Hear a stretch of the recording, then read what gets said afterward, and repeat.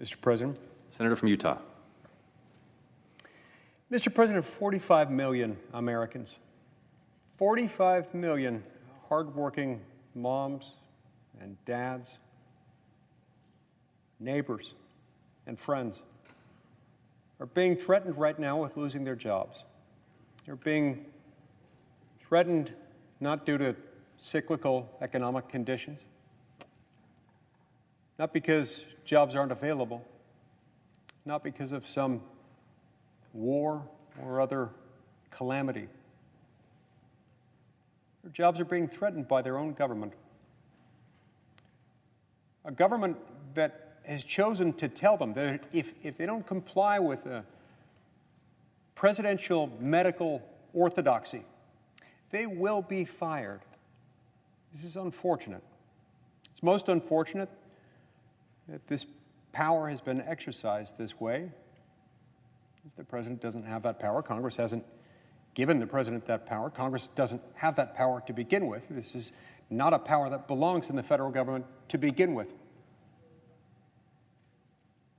As a result of that, 45 million Americans are being threatened with their jobs. They're being forced to choose between an unwanted medical procedure and losing their job. Now, look, I want to be very clear. I've been vaccinated. My family's been vaccinated. I believe that the development of the vaccines is something of a modern medical miracle. I'm grateful for the vaccine. I think the vaccine is helping Americans be safe from the effects of COVID. It's not government's job. It's not within government's authority to tell people that they must be vaccinated. And if they don't get vaccinated, they'll get fired. It's wrong. It's immoral. You don't tell someone that if they don't do exactly what you want them to do, that they're going to lose their job. The American people overwhelmingly agree. In fact, according to a recent Axios poll, only 14% of all Americans agree with the President of the United States that if someone declines to get the jab, they should lose their job.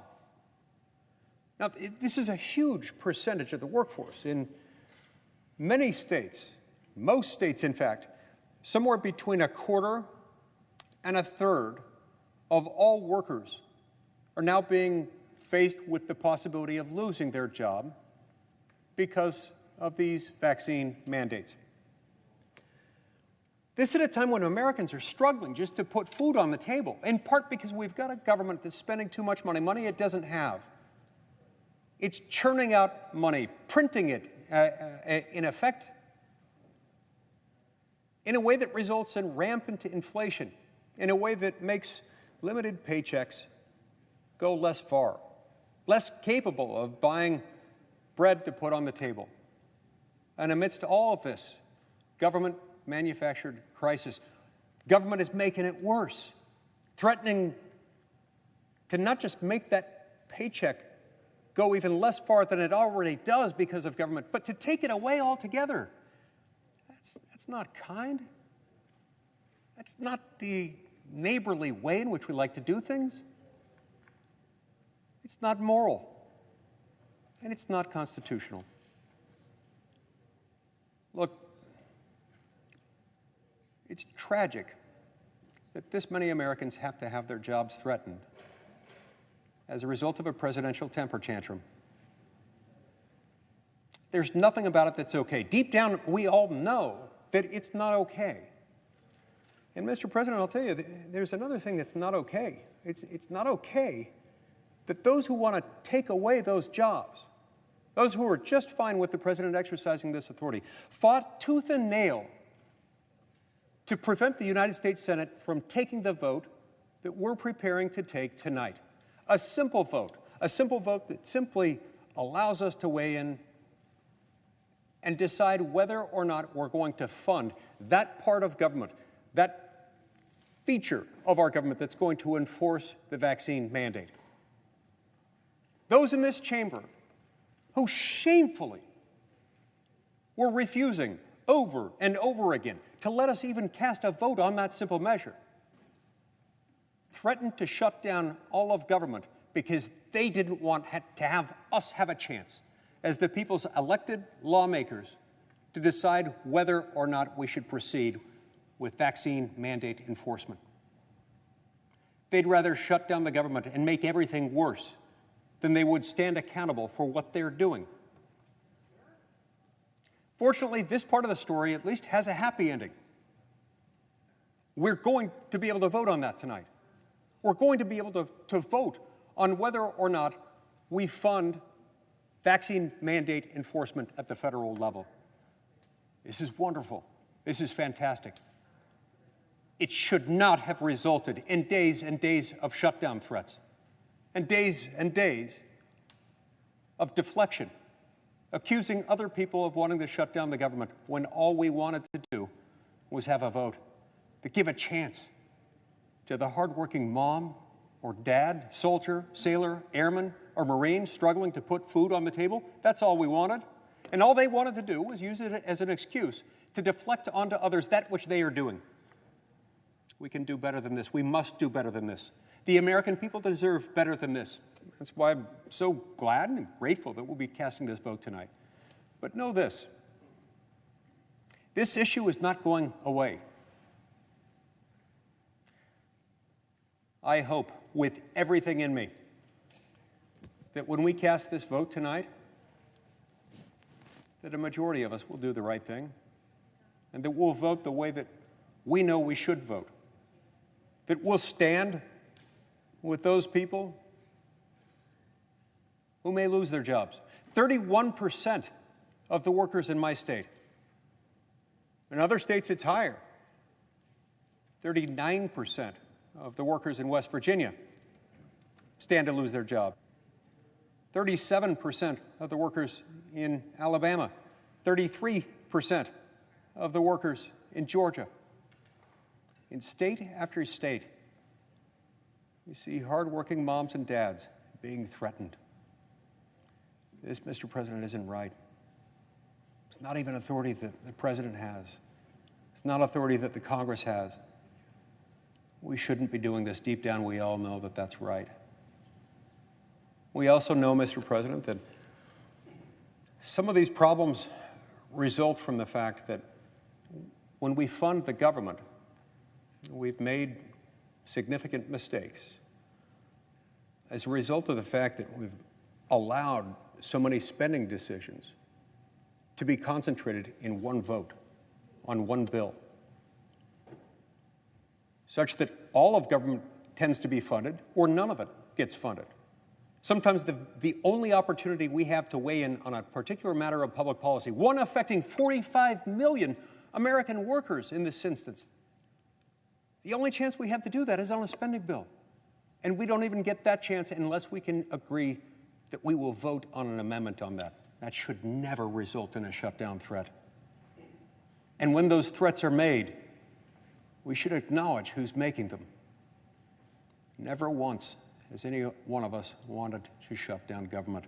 We've wanted to give my colleagues, please join me in voting to protect the American worker.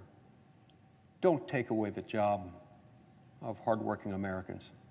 Don't fire people because they're not inclined to adhere to presidential medical orthodoxy. Please support me in this amendment. Thank you, Mr. President.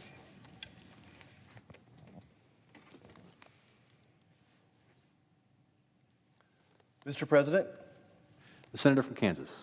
I call it my amendment number 4868 and ask that it be reported by number.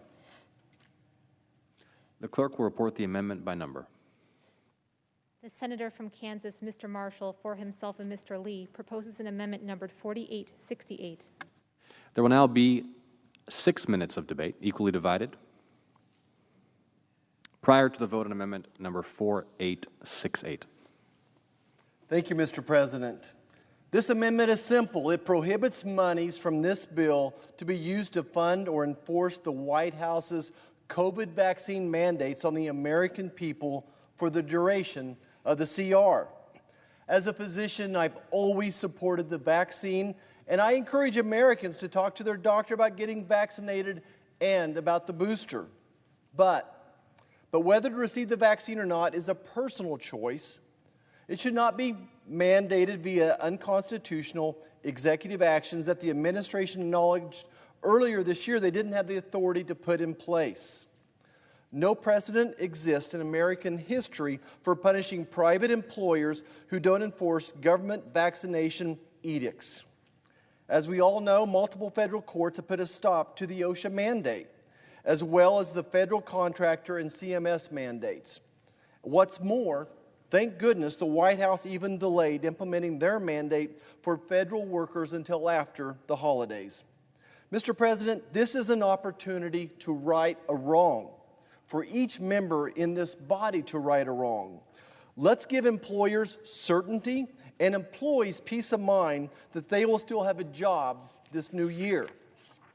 Make no mistake, these vaccine mandates are not about public health or science. If they were, the White House would recognize that 92% of Americans who have already built up immunity to this virus between vaccines and natural immunity. Beside me is a photo of upset union workers I met in Topeka, Kansas. These are the people that keep our electricity on and our houses warm in the winter.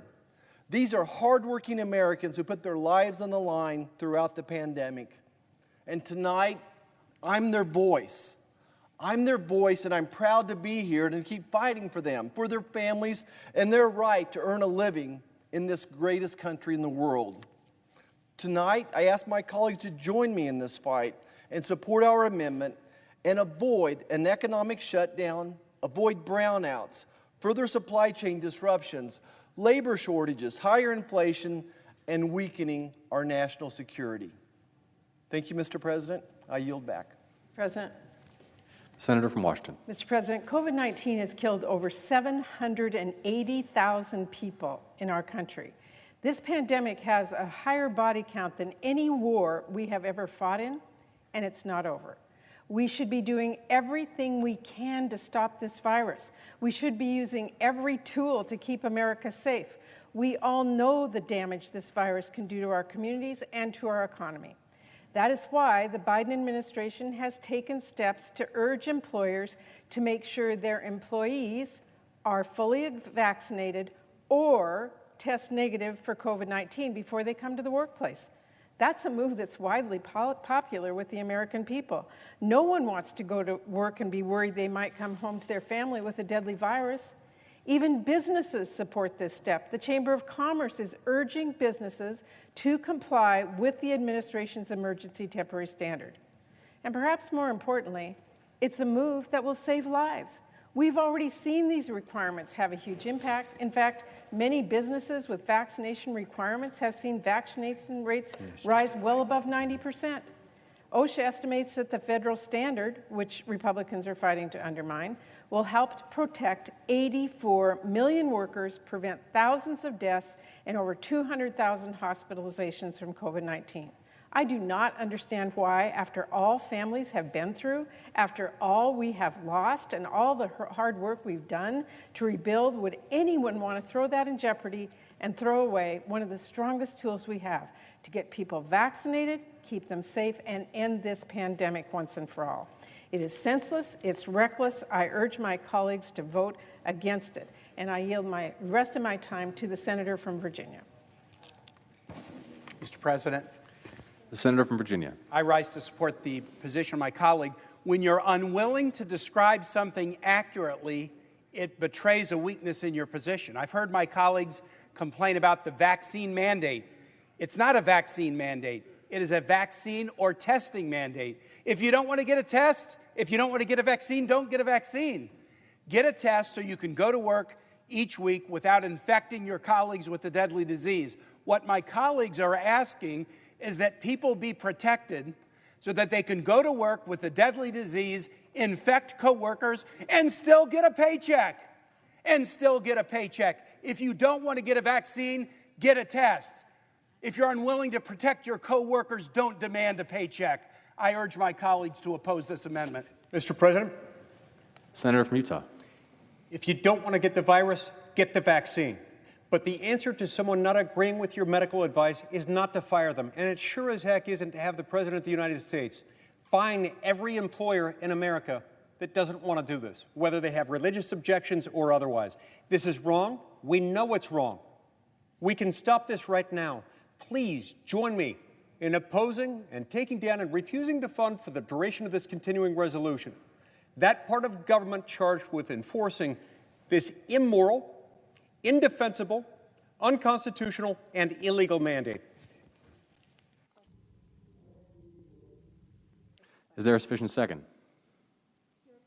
There appears to be. The clerk will call the roll. Ms. Baldwin, Mr. Barrasso,